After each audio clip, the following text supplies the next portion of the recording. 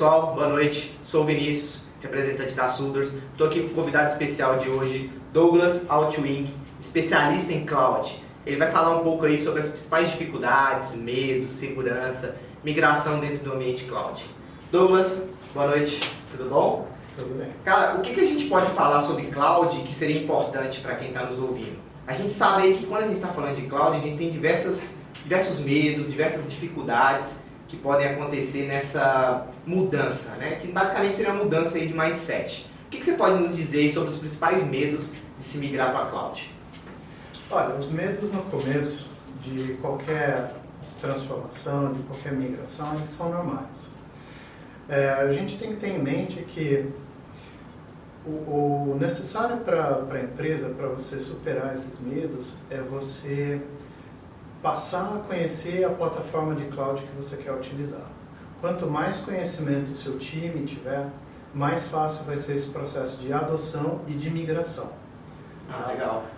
Quando você vai fazer uma migração, é muito importante também você contar com um parceiro de cloud. Talvez alguém que já tenha essa experiência de ter feito outras migrações, para você ter esses insights, essas dicas, e poder se planejar, então, para fazer a sua migração. Ou seja, a empresa, quando ela vai entrar na cloud, agora ela tem alguém que tenha já um conhecimento para que ela não fique patinando nessa mudança, né? Isso. O parceiro, nesse ponto, ele pode acelerar o seu processo de migração, de adoção em alguns meses, né? O que é bem significativo. Legal. E quando a empresa ela decide migrar para a cloud, a primeira coisa que ela vai fazer, obviamente, é escolher qual delas ir, né? AWS, Google, Azure, etc. Dessas três aí, o que você pode nos dizer aí a respeito delas? Cara, isso é um assunto muito interessante. É a pergunta de $1 milhão, né? Olha, são hoje as três principais nuvens, né? A AWS, Google e o Azure da Microsoft. Eu acredito que a empresa deva escolher aquilo que é mais próximo da realidade dela hoje. Porque as três oferecem bons serviços, apesar de uma dessas nuvens estar um pouco à frente hoje, né, em 2019. Mais madura, né? Um pouco mais madura, um pouco mais integrada com os próprios serviços, mas todas elas tendem a caminhar para o mesmo objetivo. Legal. Então, se você hoje, por exemplo, usa um serviço da Microsoft, como Active Directory, ou você usa o Office 365, sua principal linguagem de programação é o C#, etc. Então eu acredito que esse seja o melhor caminho para você. Sim. De maneira geral, eu costumo dizer o seguinte, escolha a nuvem que você acredita que vai te trazer o melhor benefício por conta dos serviços que ela oferece hoje. Tá? E não por conta de alguma questão comercial. Né? Questões comerciais são sempre complicadas porque você não leva só em conta a parte técnica, mas nesse processo o pessoal de negócios também é envolvido e eles falam assim, empresa X congela o dólar para a gente, a outra não faz isso. Esse aqui parcela, outro não parcela. Outro precisa de um terceiro para fazer a nacionalização do serviço, porque isso eu não tenho. Então, é uma mistura de várias áreas, não é só a parte técnica. Sei. Então é uma escolha que tem que ser feita pela empresa, né? Pelo negócio, não necessariamente pelos técnicos, no caso. Isso, eu acredito que a adoção da nuvem é algo que influencia a empresa toda. Sim, bacana. E voltando em nuvem ainda, quais seriam as principais dificuldades aí de se migrar para a nuvem? Quais são os impactos que isso traz para o negócio e quais são as vantagens de se levar algo para a nuvem? Tá, vamos começar com as dificuldades. A principal dificuldade é a falta de conhecimento. Falta de profissionais no mercado também? Sim, falta de profissionais no mercado. Empresas, né, os parceiros de nuvem estarem bem qualificados para te atender. Mas, de maneira geral, você precisa conhecer muito bem o que você tem dentro de casa e como é que você migra isso para uma estrutura que deixa de ser aquilo que você está acostumado a usar e passa a ser um serviço gerenciado, por exemplo. Certo, certo. Vamos falar de banco de dados em específico. Hoje você tem na sua estrutura on-premise um banco de dados, vamos falar legado, e aí a nuvem não te oferece mais isso. E aí, como é que você migra esse legado? Talvez você tenha que passar mais tempo... É muito comum hoje em dia as empresas ter legados, né? Sim, sim, extremamente comum, né? Coisas escritas em COBOL. Bem, mas vamos supor que você tenha esse banco de dados e você tem esse desafio de migrar isso para a nuvem. Tá, esse cara é o que é um relacional? Como é que eu vou extrair esses dados e replicar a mesma estrutura que eu tenho para que um sistema continue trabalhando com ele? Né? Será que isso é possível? Será que tem um programador que consegue continuar desenvolvendo isso? Esse é o principal desafio. Aquilo que é moderno e tem suporte das empresas, a migração é muito fácil. Existem ferramentas, e essas ferramentas São simples, né? São bem simples de usar. São bem simples e se você seguir o processo, no final você vai ter a sua VM migrada para lá. Então, legal. Nesse ponto é bem simples. Bacana. E ainda na parte de segurança, quando a gente fala de cloud, é muito comum a gente falar, puta, segurança, como é que isso vai acontecer, como é que os dados vão trafegar, como é que vai funcionar meus dados dentro daquela nuvem. O que você pode nos dizer a respeito da segurança dentro de um ambiente de nuvem? Olha, acho que existem 2 pontos na questão de segurança. O provider de nuvem, ele está muito preparado para te oferecer o serviço que ele te oferece. Então, você tem segurança de perímetro, bem feita. Então, você tem segurança do equipamento.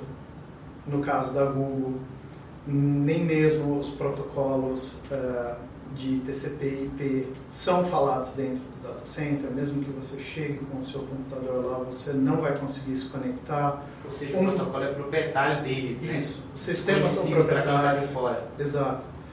Então, toda essa parte de infraestrutura, ela está muito madura. Tá? Do que a gente vê falar em palestras, dos próprios providers, essa parte está bem madura e eles fazem isso com muito rigor. Legal. No entanto, as empresas que estão adotando a nuvem, elas precisam ter essa consciência também. E não achar que é só lá que eles vão ficar protegendo, tem que aqui também fazer o trabalho, né? Exato, exato. Bacana. E uma vez que você está migrando para a nuvem, tomar muito cuidado com permissionamento, com acesso. Vai colocar em produção? Quem vai acessar esse cara? De que forma isso vai acontecer? Existe um sistema terceiro que acessa, tem essa permissão de buscar essa informação, ou você vai em algum lugar buscar essa informação? Então, é um trabalho contínuo. Eu acho que essa é a principal ideia, que é um trabalho contínuo e algo que precisa ser monitorado sempre.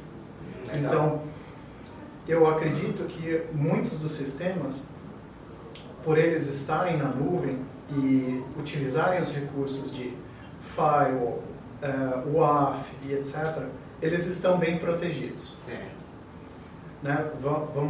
Vamos assumir que a aplicação ela foi muito bem feita e que não existem grandes buracos de segurança. Então, dessa parte de infraestrutura, ok. Legal. Além disso, existe camada de CDN também, que além de distribuir o conteúdo, ajuda a proteger também.